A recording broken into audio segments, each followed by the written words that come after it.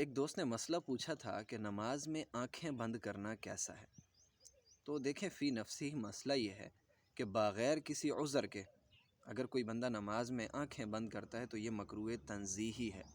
لیکن ہاں، اگر کوئی خشوع اور خضوع کی خاطر، یعنی کہ اس کی نماز میں کبھی توجہ ادھر مبذول ہوتی ہے، کبھی دوسری طرف مبذول ہوتی ہے، مائل ہوتی ہے، اس صورت میں وہ صرف نماز پہ فوکس کرنے کے لیے، نماز میں اپنی توجہ بنانے کے لیے، خود کو اللہ کی طرف یعنی کہ راغب کرنے کے لیے، تاکہ صحیح فوکس کر سکے، اس نیت سے اگر کوئی آنکھیں بند کرتا ہے دین جائز ہے۔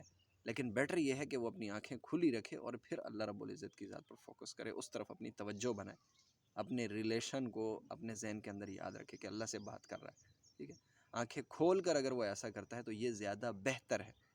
اور دوسری وجہ یہ بھی ہے کیونکہ قیام کی حالت میں ہماری نظر سجدے کی جگہ پہ ہونی چاہیے، تو یہ سنت ہے۔ تو اگر ہم آنکھیں بند کریں گے تو یہ سنت بھی ہم سے چھوٹ جائے گی۔